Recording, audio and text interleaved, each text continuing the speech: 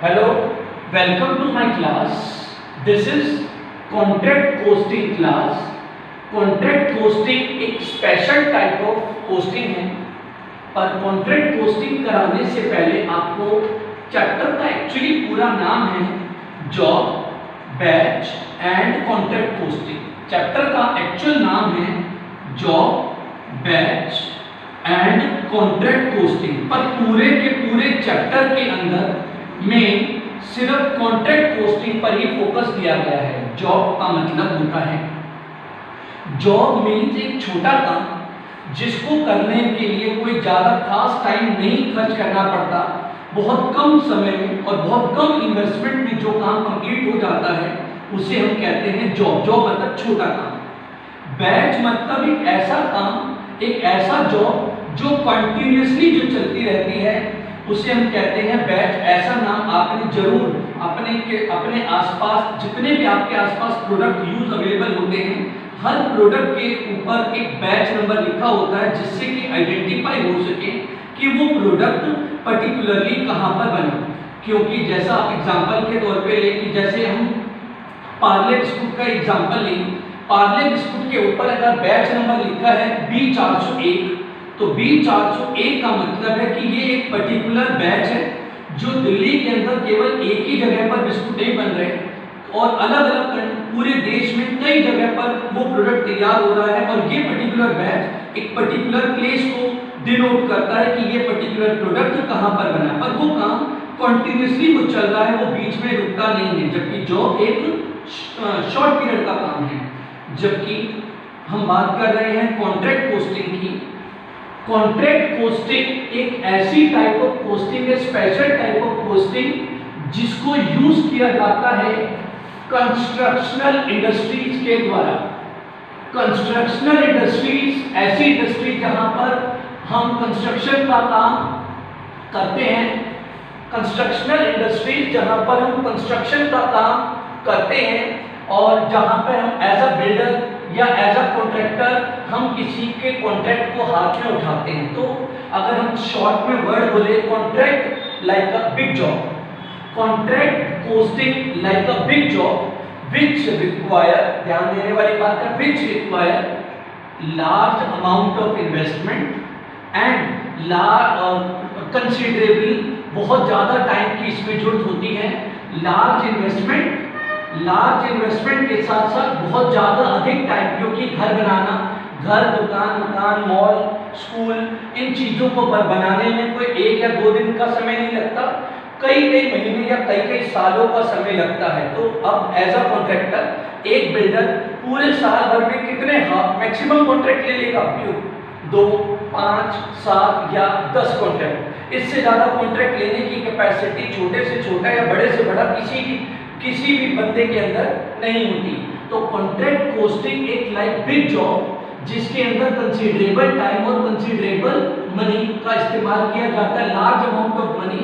अब क्योंकि इसमें large amount of money invest की जाती है, इस वजह से एक कॉन्ट्रैक्टर एक लिमिटेड नंबर ऑफ कॉन्ट्रैक्ट को ही वो ले सकता है। बारी आई in the books of contractor, इसलिए मैंने लिखा ये वर्ड याद रहे कि हम जब भी अकाउंट बनाएंगे, ये अकाउंट बनाने वाले हाथ हैं कॉन्ट्रैक्टर के। इस कॉन्ट्रैक्ट पोस्टिंग के अंदर 2 पार्टीज होती हैं, कॉन्ट्रैक्टर, कॉन्ट्रैक्टिंग। कॉन्ट्रैक्टर वो पर्सन है जो बिल्डिंग बनाने का कॉन्ट्रैक्ट अपने हाथ में लेता है, जबकि कॉन्ट्रैक्टिंग वो पर्सन है जो उस काम को देता है, मतलब जो बिल्डिंग बनवाने वाला है वो है कॉन्ट्रैक्टिंग। वो कॉन्ट्रैक्ट सौंपता है किसको? कॉन्ट्रैक्टर को। कॉन्ट्रैक्टर उस काम को एग्जीक्यूट करके कॉन्ट्रैक्टी से अपने पैसे लेता है। तो इस कॉन्ट्रैक्ट पोस्टिंग के अंदर 2 पार्टीज होती हैं, कॉन्ट्रैक्टर एंड कॉन्ट्रैक्टी। कॉन्ट्रैक्टर कॉन्ट्रैक्ट लेने वाला और कॉन्ट्रैक्टी कॉन्ट्रैक्ट देने वाला। इन द बुक्स ऑफ कॉन्ट्रैक्टर, तो वो कॉन्ट्रैक्टर कैसे अकाउंट मेंटेन करता है उसके बारे में डिटेल दिखाई जा रही है। कॉन्ट्रैक्ट अकाउंट, और बनाने वाला कौन है? कॉन्ट्रैक्टर। तो सबसे पहले जैसा कि अकाउंट आपके सामने बना हुआ रेडी तैयार है, पर्टिकुलर रुपीज सबसे पहले मटेरियल एट साइट यहाँ साइट का मतलब SITE, साइट का मतलब वो प्लेस जहां पर कॉन्ट्रैक्ट, जहां पर बिल्डिंग बनाने का काम किया जाता है, वो पर्टिकुलर जगह जहां पर कंस्ट्रक्शन वर्क एक्चुअली कैरी किया जाएगा, उस वर्क को हम क्या कहते हैं, साइट। और क्योंकि हमारे इंडिया के अंदर इतनी भी टेक्नोलॉजी डेवलप नहीं हुई है कि हम घरों को भी फैक्ट्री के अंदर बना सके दूसरी कंट्रीज की तरह, लेकिन मटेरियल, साइट का मतलब एक ऐसा प्लेस जहां पर एक्चुअल कंस्ट्रक्शन वर्क चल रहा है, वहां पर कितना मटेरियल, और घर दुकान बनाने के लिए कौन सा मटेरियल यूज होता है आप सबको पता ही है कि कितना मटेरियल साइट पे पड़ा है, कितना मटेरियल हमने स्टोर से साइट पर लिया, कितना मटेरियल साइट पर पड़ा है, और कितना मटेरियल हमने स्टोर से साइट पर भेजा, और कितना मटेरियल हमने अपने सप्लायर से मंगवाया। मतलब इन शॉर्ट डेबिट साइड है तो एक्सपेंस ही आएंगे, और वेजेस, हमने कितनी वेजेस या कितने अदर एक्सपेंस किए भाई, जो भी एक्सपेंसेस आपको क्वेश्चन में प्रोवाइड किए गए, each and every expenses should be debited, क्योंकि सिंपल रूल आपने पढ़ा है, expense debit and income credit. तो material at site from store, material purchase, wages, other direct expense, any other expense, plant, और यहाँ पर लिखा है डेबिट साइड में जब सारे खर्चे लिख लिए, तो यहाँ क्रेडिट साइड पे आपको दिखाई दे रहा है वर्क इन प्रोग्रेस, काम चल रहा है पर अभी तक काम कंप्लीट नहीं हुआ है। और जिस समय काम कंप्लीट हो जाता है तो वहां पर वर्क इन प्रोग्रेस नहीं लिखा जाता, वहां पे उस समय लिखा जाएगा बाय कॉन्ट्रैक्टी अकाउंट, जिसको हम नेक्स्ट क्लास में कभी जब नेक्स्ट क्लास बनाएंगे तो हम आपको बताएंगे। फिलहाल वर्क इन प्रोग्रेस मींस काम कंटिन्यूएशन में चल रहा है, अभी कंप्लीट नहीं हुआ है। This is the main income, क्योंकि एज अ कॉन्ट्रैक्टर अब क्योंकि बिल्डिंग बनाने में 1 साल 2 साल या 3 साल का समय लगता है, तो हम तब तक पैसों की वेट नहीं करेंगे जितना हमारा काम कंप्लीट। तो ये रूल होता है कि जितना जितना काम कंप्लीट हो जाए उतना उतने पैसे कॉन्ट्रैक्टर के पास राइट है कॉन्ट्रैक्टी से लेने का, उसे हम कहते हैं वर्क सर्टिफाइड।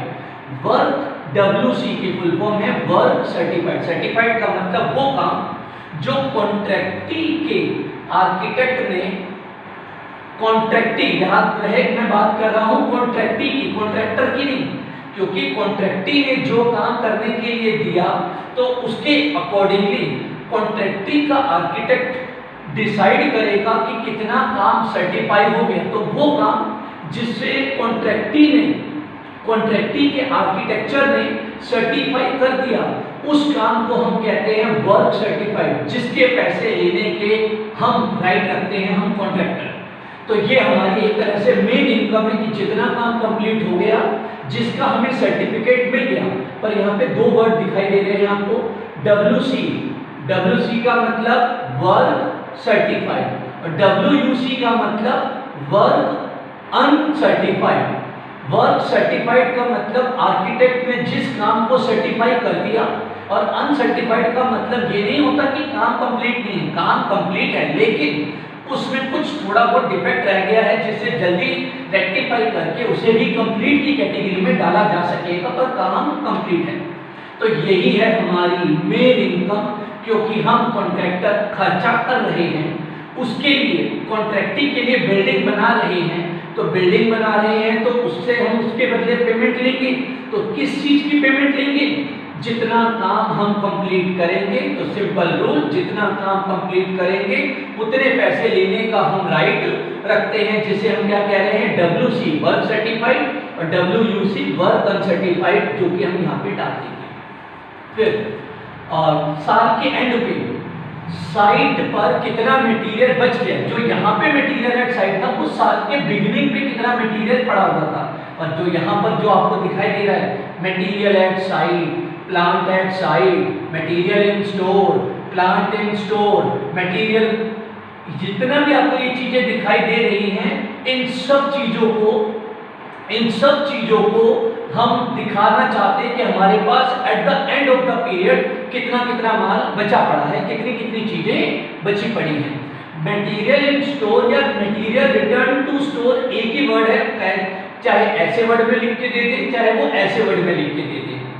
और अंत में लास्ट में कुछ मटेरियल या प्लांट जो हमने कॉन्ट्रैक्ट में यूज किया, सोचिए कुछ मटेरियल या प्लांट जो हमने कॉन्ट्रैक्ट में यूज किया लेकिन वो अभी तक वो मटेरियल और प्लांट एंड आने पर उसकी कोई वैल्यू नहीं बची, वो खराब हो गया, बेकार हो गया, किसी काम के लायक नहीं बचा, तो हम उसे सेल ऑफ ओल्ड मटेरियल या प्लांट उसे बेच करके अपने इस कॉन्ट्रैक्ट अकाउंट से यहाँ पर हटा देंगे, क्योंकि इसका इम्पैक्ट हमारे कॉन्ट्रैक्ट अकाउंट में नहीं पड़ना चाहिए, क्योंकि ये मटेरियल या प्लांट बिना कॉन्ट्रैक्ट में यूज हुए बेकार हो गया, किसी काम का नहीं हुआ, मतलब एक तरह से डिस्कार्ड हो गया।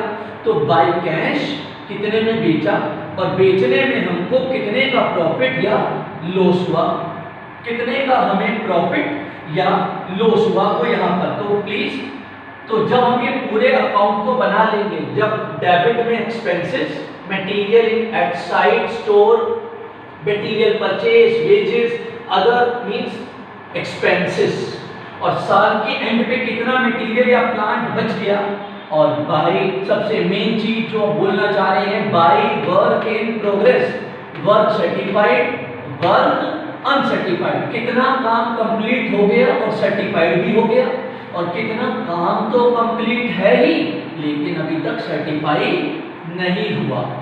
और जब ये अकाउंट बनाएंगे तो अगर हमारे पास इधर निकले कि एक्सपेंस हो जाए ज़्यादा, एक्सपेंस हो जाए ज़्यादा और इनकम रह जाए कम, तो वो आ जाएगा लॉस, और अगर इनकम ज़्यादा खर्चे कम तो हमारे पास आएगा प्रॉफिट। पर प्रॉफिट को प्रॉफिट नहीं बोलेंगे, इसको बोलेंगे हम नोशनल प्रॉफिट, नेशनल नहीं, notional profit.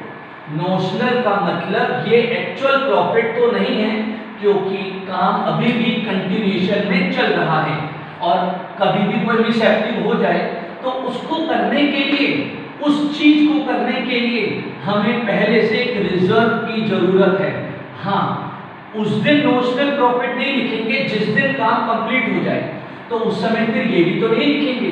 Work in progress तब तक लिखेंगे जब काम अंडर चल रहा है, अभी अंडर कंस्ट्रक्शन में है, कंप्लीट नहीं हुआ है।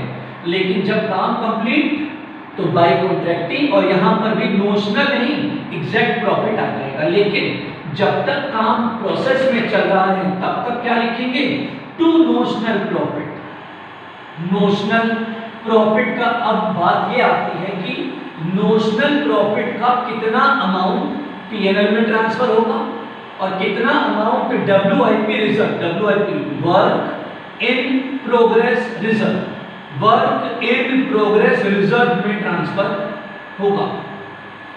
तो इस चीज के लिए हमें देखिएगा साइड में इस चीज को भी लिख के दे रखा है, क्या बोला गया कि नोशनल प्रॉफिट का कितना अमाउंट पीएनएल में और कितना अमाउंट डब्ल्यूआईपी रिजर्व में जाएगा वो। लेकिन अब यहाँ पे ध्यान देंगे, यहाँ पे एक लाइक वर्ड्स लिखे गए, सुनने वाली चीज है, how to transfer notional profit to PNL account. कैसे हम नोशनल प्रॉफिट को पीएनएल में ट्रांसफर करें।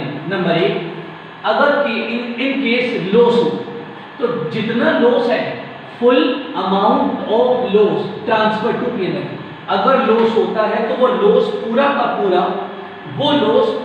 पूरा पीएनएल अकाउंट में ट्रांसफर कर दिया जाएगा, और यहाँ पर लिख देंगे इस लॉस की जगह पीएनएल। और अगर इन केस गलती से प्रॉफिट हो जाए, वो भी सकता है, लॉस और प्रॉफिट भी हो, तो अगर प्रॉफिट हो जाए, लॉस की जगह प्रॉफिट हो, तो अब आपका number 1, if work certified, WC work certified, आगे से WC लिखेंगे, work certified less than 1/4 of contract price, cannot place बिल्कुल नहीं है, contract price, work certified less than 1/4 of CP। और 1/4 ऑफ CP का मतलब है, 1/4 का मतलब क्या हुआ, 25%, कि हमारा वर्क सर्टिफाइड, वो वर्क सर्टिफाइड जो मैंने यहाँ पे बोला था, अगर हमारा वर्क सर्टिफाइड 1/4 ऑफ CP से भी कम है, मतलब अभी जस्ट 25% से भी कम काम हुआ है, तो then full amount of notional profit, ये जो नोशनल प्रॉफिट निकला था ये सारा का सारा WIP रिजर्व में जाएगा। इसमें से नोशनल प्रॉफिट के इस अमाउंट में से, नोशनल प्रॉफिट के इस अमाउंट में से कोई अमाउंट P&L में ट्रांसफर नहीं करेंगे, सारा का सारा अमाउंट WIP रिजर्व में ही जाएगा। अगर वर्क सर्टिफाइड 1/4 ऑफ CP से कम है, मतलब हमारा काम जो कंप्लीट हुआ कॉन्ट्रैक्ट प्राइस 1/4 से भी नीचे है तो।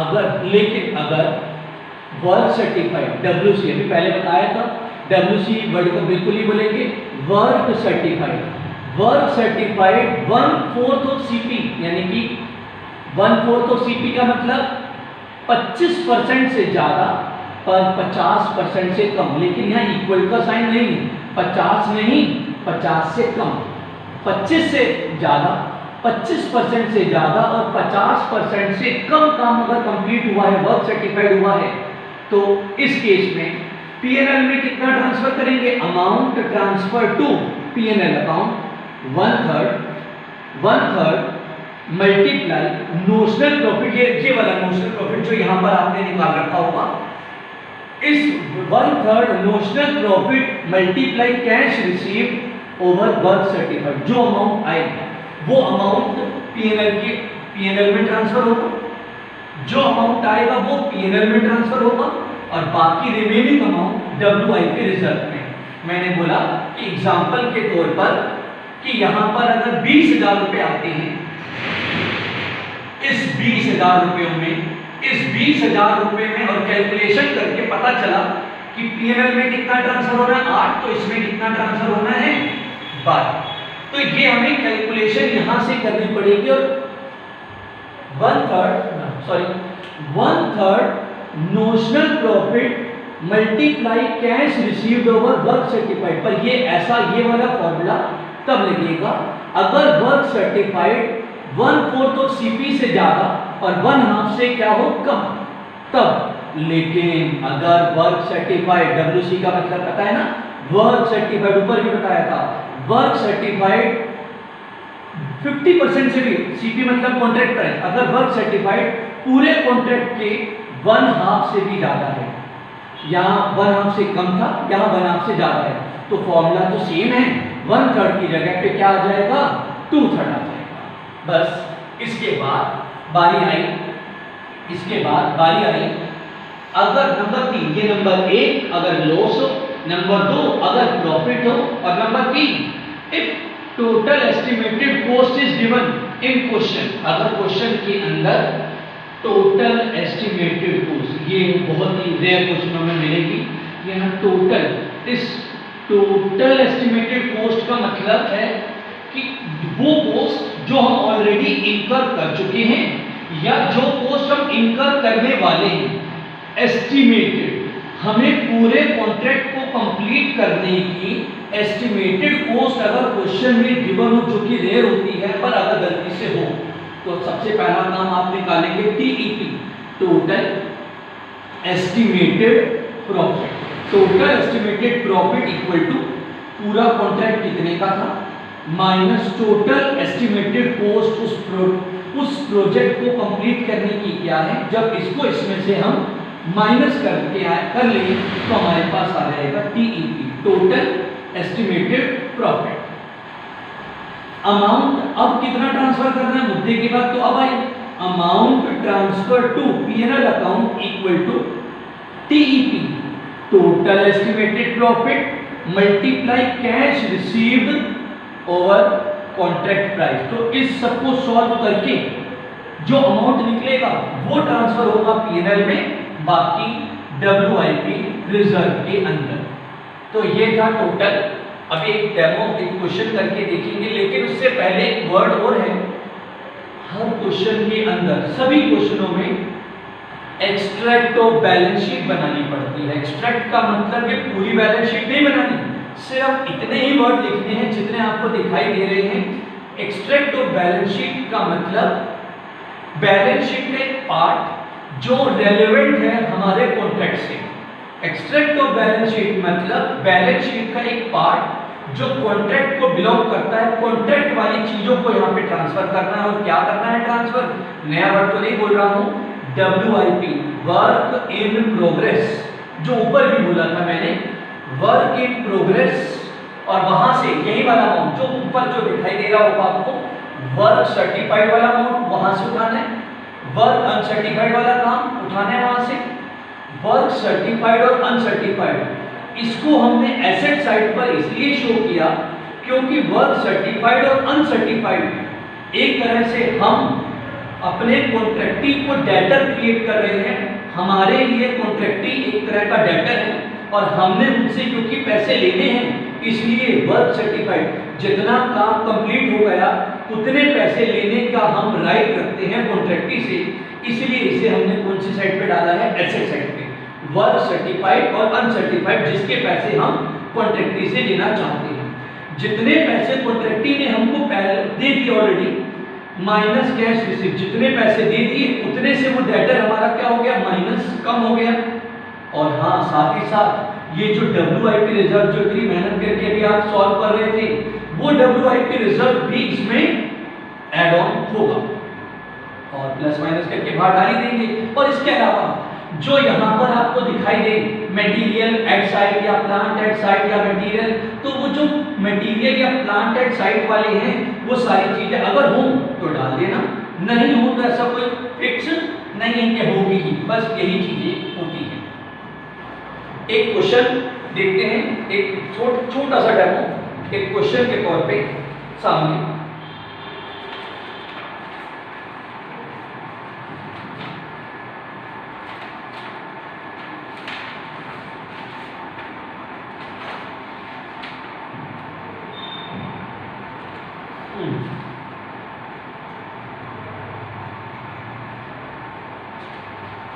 जैसे कि क्वेश्चन है हमारे पास, जो बुक है उस क्वेश्चन में क्वेश्चन इलस्ट्रेशन नंबर है 7.13। क्वेश्चन आपके सामने एक छोटा सा क्वेश्चन, पहले मैं बॉक्स बना देता हूं फिर पढ़ते हैं एक एक करके question. Contract account, contract account, और एक आपको बनानी है छोटी सी एक्सट्रैक्ट ऑफ बैलेंस शीट। और हमेशा कुछ एक क्वेश्चनों के अंदर ही पूरी बैलेंस शीट बनानी होगी, जिन क्वेश्चंस के अंदर हमें ऑलरेडी ट्रायल बैलेंस अवेलेबल हो। हमें सभी क्वेश्चन के अंदर पूरी बैलेंस शीट नहीं बनानी होती, केवल और केवल एक्सट्रैक्ट ऑफ बैलेंस शीट ही बनाई जाएगी। पूरी बैलेंस शीट तब बनेगी जब क्वेश्चन के अंदर, जब क्वेश्चन में ट्रायल बैलेंस, अच्छा बड़ा देखिए ना, ट्रायल बैलेंस अगर क्वेश्चन में है तो पूरी बैलेंस शीट बनेगी, उस समय फिर एक्सट्रैक्ट नहीं लिखोगे। और अगर जो कि मिलती ही नहीं है तो वरना सिर्फ एक्सट्रैक्ट ऑफ बैलेंस शीट ही बनाई जाएगी। अभी जैसे लिखा था WIP work certified, work uncertified plus WIP reserve minus cash receive, cash receive. चलिए यहां पर पर्टिकुलर रुपीस, पर्टिकुलर रुपीस। आइएगा क्वेश्चन पढ़ते हैं पहले, और इतना ये वर्ड तो लिखने ही पड़ेंगे, तो आइए पहले क्वेश्चन पढ़ते हैं। वर्क सर्टिफाइड और वर्क अनसर्टिफाइड। चलिए सेम अमाउंट जो यहाँ पे WC और WUC के जो अमाउंट है, सेम अमाउंट जो यहाँ पे आएंगे वही दोनों अमाउंट यहाँ पर आएंगे। तो क्वेश्चन है, a firm of building contractor, a firm of building contractor began to trade on 1 April, the following was the expenditure on the contract for ₹4 lakh. हमारा कॉन्ट्रैक्ट इस लाइन में बताया गया है कि हमारा कॉन्ट्रैक्ट एक्चुअली 4 लाख रुपए का है, और इस कॉन्ट्रैक्ट को करने के लिए, इस 4 लाख के कॉन्ट्रैक्ट को करने के लिए सबसे पहले मटेरियल हमने कितना इशू के लिखा है, वर्ड एग्जैक्ट वर्ड लिखा है, मटेरियल इशूड टू कॉन्ट्रैक्ट 50 था, टू मटेरियल इशूड 50 था। मटेरियल के बाद प्लांट कितना 20,000, हमने प्लांट इशू किया 20,000। अगर कोई दिक्कत हो तो आप जूम करके देख सकते हैं क्वेश्चन की तरफ भी।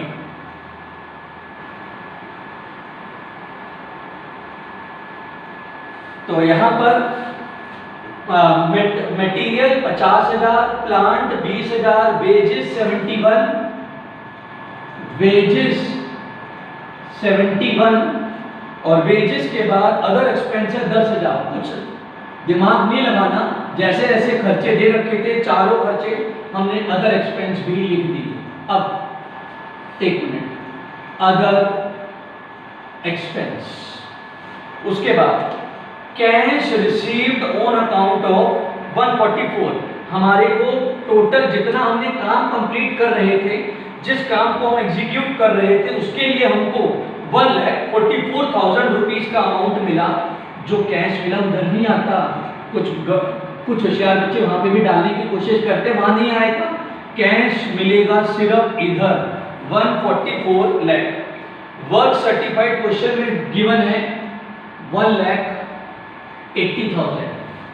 वर्क सर्टिफाइड के बाद लिखा है, आगे लिखा है of the plant and material charge to contract. लिखा है प्लांट और मटेरियल चार्ज टू कॉन्ट्रैक्ट, जो हमने मटेरियल और प्लांट कॉन्ट्रैक्ट से जो चार्ज किया था, प्लांट 4,000 और मटेरियल 3,000 का लॉस हो गया। लो जी, लॉस भी हो गया है।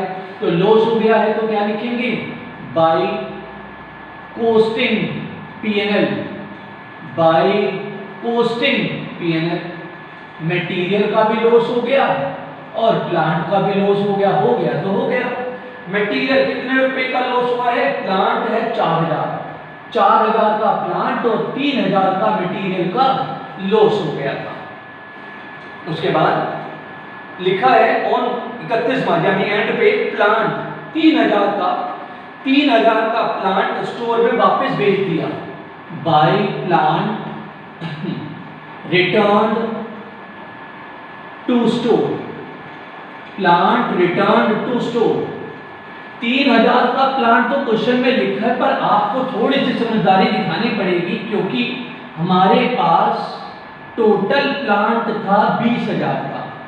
जैसे ही अभी भी लिखा आपके सामने 20,000 का प्लांट था।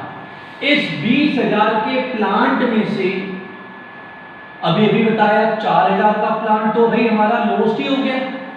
20,000 के प्लांट में से 4,000 का लॉस हो गया, खत्म, फिनिश। कितना स्टोर में वापस भेज दिया, रिटर्न। कितना हमने वापस करा, 3,000 का। पर 3,000 नहीं बोलेंगे, अरे पूरे साल तो यूज किया होगा, तो पूरे साल यूज किया तो डेप्रिसिएशन का पप्पा लगाएंगे, तो डेप्रिसिएशन भी लगाओ। सबसे पहला काम इसका 15% क्वेश्चन में डेप्रिसिएशन की रेट दे रखी है 15%, 2,550। तो डेप्रिसिएशन माइनस करके अब यहां पर जब स्टोर में वापस भेजेंगे तो कितने का भेजेंगे, 3,000 का नहीं, 20,000 के प्लांट में से 4,000 का लॉस, 3,000 का वापस। लेकिन 3,000 का वापस डेप्रिसिएशन कटने के बाद। और साइड पर कितना पड़ा हुआ है, साइड पर पड़ा है 20 में से 4 और 3 7 माइनस तो बचा 13,000।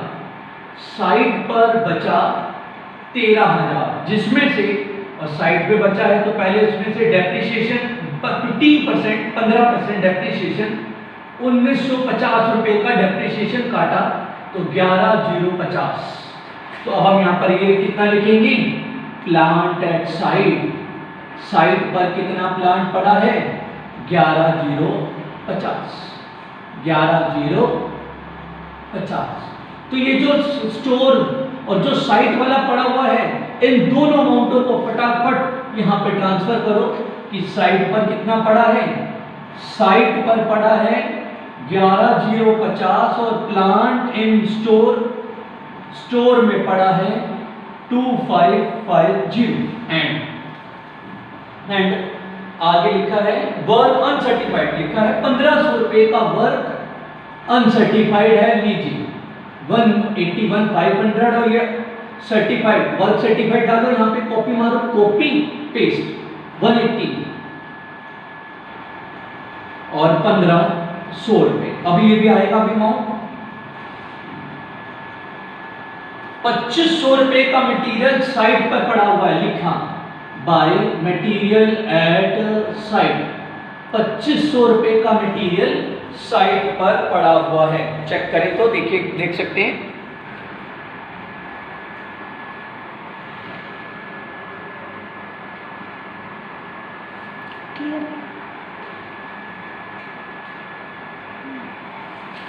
आगे मटेरियल एट साइट। तो सारी इंफॉर्मेशन जब हमने भर ली, अब सोचने वाली टाइम शुरू हो गया। अब इसको हम प्लस माइनस करने जा रहे हैं। प्लस माइनस किया तो इसका टोटल आया 2,04,600 2,04,600 2,04,600। इसमें से जब इस अमाउंटों को माइनस करें 5 2 7 2 7 14 1 15 1 51, जब आप माइनस करेंगे तो हमारे पास आएगा 53,600, जिसे हम क्या कहेंगे, नोशनल प्रॉफिट। नोशनल प्रॉफिट, इसका कुछ अमाउंट पीएनएल में और कुछ अमाउंट किसमें ट्रांसफर होगा, डब्ल्यूआईपी रिजर्व में। तो इस अमाउंट का कितना, अब आप टोटल कॉन्ट्रैक्ट कितना था, 4 लाख का, पूरा कॉन्ट्रैक्ट प्राइस था 4 लाख। काम को वर्क सर्टिफाइड कितना हुआ, वर्क सर्टिफाइड हुआ 1,80,000। तो मतलब 45% काम कंप्लीट हो गया, क्योंकि हमारा पूरा कॉन्ट्रैक्ट था 4 लाख और वर्क सर्टिफाइड कितना था 180। दैट मींस 45% काम कंप्लीट हो गया। और 45% मतलब हाफ से कम। हाफ से कम में कितना ट्रांसफर करना चाहिए हमें प्रॉफिट, 1/3। लेकिन अगर क्वेश्चन ने पहले से ही ट्रांसफर करने के लिए बोला है कितना, 2/3। अब 2/3 बोला है तो हम क्वेश्चन से लड़ेंगे नहीं। अगर क्वेश्चन में ना बोला होता, क्वेश्चन में अगर क्लियर वर्ड लिख के ना दिया होता 2/3, तो हम अपने इस टेबल के अकॉर्डिंगली कितना ट्रांसफर करते, क्योंकि हमारा वर्क सर्टिफाइड कितना है 45%, 180 इसका 45% है, तो हमें ट्रांसफर करना था ओनली 1/3। लेकिन क्वेश्चन में ही ऑलरेडी मेंशन है, तो इसलिए हमें कुछ दिमाग नहीं लगाना, वही फॉलो करना है। Amount transfer to PNL equal to 2/3 notional profit 53600 multiply cash receive over work certified. तो कैश रिसीव हुआ था 144 का, और ये कैश रिसीव मैंने यहाँ पर आपको बताया था, ये रहा हमारा कैश रिसीव, और वर्क सर्टिफाइड का हमारा 1,80,000। तो जब हमने इसको पूरा सॉल्व किया तो हमारे पास आया 28,587। तो इतना अमाउंट हम ट्रांसफर करेंगे 28,587, और रिमेनिंग अमाउंट जो कि बचा 25,013 रुपए हमारे डब्ल्यूआईपी रिजर्व में आ गए। और ये क्वेश्चन हो गया कंप्लीट। लेकिन एक काम रह गया, ये डब्ल्यूआईपी रिजर्व यहाँ तो डाला ही नहीं, 25,013 टोटल करके बाहर डाल दीजिए। ये हो गया क्वेश्चन खत्म। That's it.